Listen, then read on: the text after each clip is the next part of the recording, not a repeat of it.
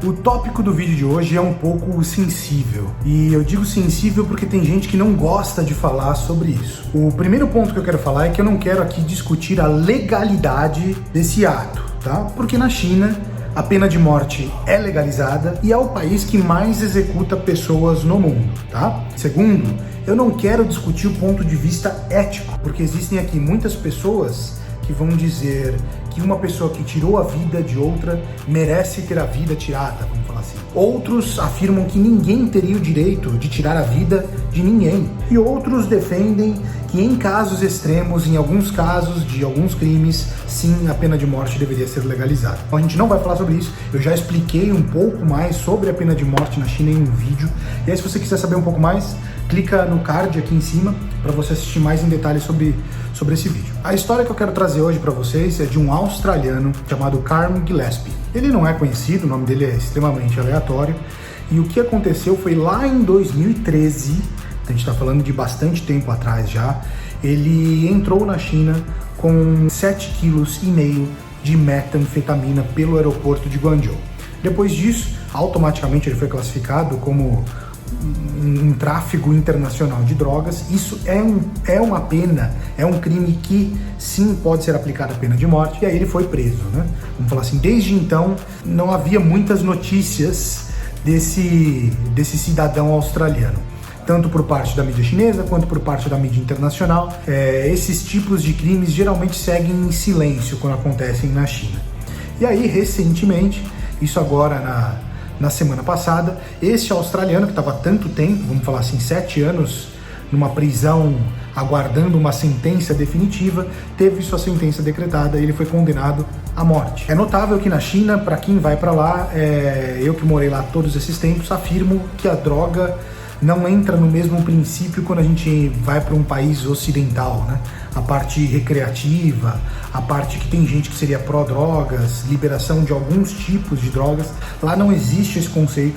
E eles enfatizam demais a lei, a ponto de você ter um pouco de posse disso, você pode ir preso. Não era incomum você estar numa boate, numa balada, bebendo com seus amigos num bar, e a polícia fechar o bar, não deixar ninguém sair e fazer todo mundo fazer um teste de urina, um teste às vezes de sangue, e ninguém pode sair do lugar enquanto todo mundo não tem o resultado pronto, né? E quem ali estava testado positivo poderia ser deportado, poderia já ser incriminado, dependendo do tempo que você estava na China. Se for provado que você usou aquela substância na China, você poderia sim ser preso. Então eles são muito sérios em relação à droga. O que eu quero levar para vocês num ponto de atenção, não em si o crime, não em si a pena de morte, porque, de novo, muita gente acredita que isso seria bom para o Brasil e muita gente fala que isso seria ruim, né? Acabariam as drogas, e outras pessoas não concordam.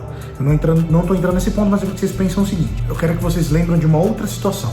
Em 2014, um cidadão canadense foi preso com 222 quilos de metanfetamina também. Naquele momento ele foi sentenciado a 15 anos de prisão.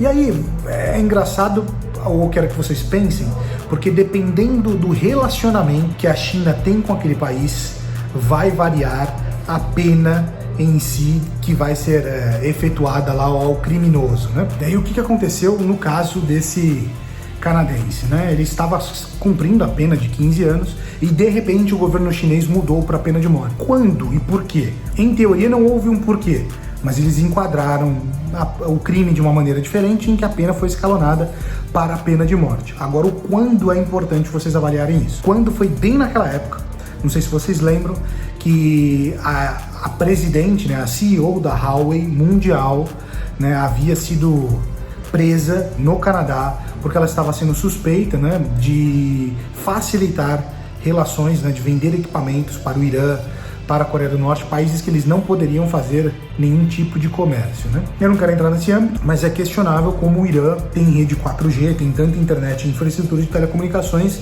e eu não acredito que eles tenham tanta infraestrutura assim, já que são poucos países que possuem empresas nacionais, né?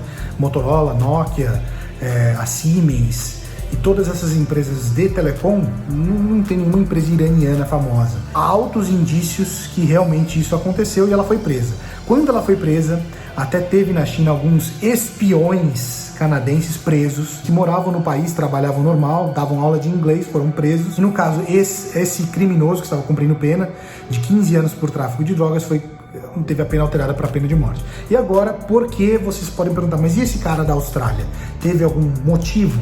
E sim, a Austrália e a China, eu não fiz nenhum vídeo sobre isso, mas eles estão havendo muitos protestos na Austrália em razão ao pró-Hong Kong, né? Porque existia, sim, uma nova lei que Beijing estava tentando implementar isso lá em Hong Kong, e isso afetaria totalmente a liberdade dos hongkoneses, né? Então, parte da população na Austrália, que tem muito estudante chinês, se rebelou, fizeram protesto, como parte dos chineses que estudam na Austrália também se rebelaram contra. Então ficou meio que um protesto pacífico entre eles ali, de um criticando o outro. Um pró-governo da China e o outro anti-governo da China, por causa que eles estavam invadindo ali a soberania do acordo de Hong Kong. Não há muito o que ser feito. Eu não acho que a Austrália vai usar isso como moeda de troca para tentar pressionar o governo, os reitores, a darem uma resposta pró-China, para calar as pessoas que estejam pró-Hong Kong. Eu não acho que isso vai ser utilizado como moeda de troca, mas é uma maneira que a China, não de hoje, cutuca um pouco, né? Então, apesar de ter a pena de morte no país, ela sabe que os outros países não têm esse tipo de punição, e ela usa, às vezes, para um jogo político de influência para quem é amigo ou quem não é amigo. E é isso, pessoal. Espero que vocês tenham aprendido alguma coisa hoje. Hoje a gente focou um pouquinho mais de geopolítica e relações internacionais, mas eu achei um fato interessante para trazer e compartilhar aqui com vocês.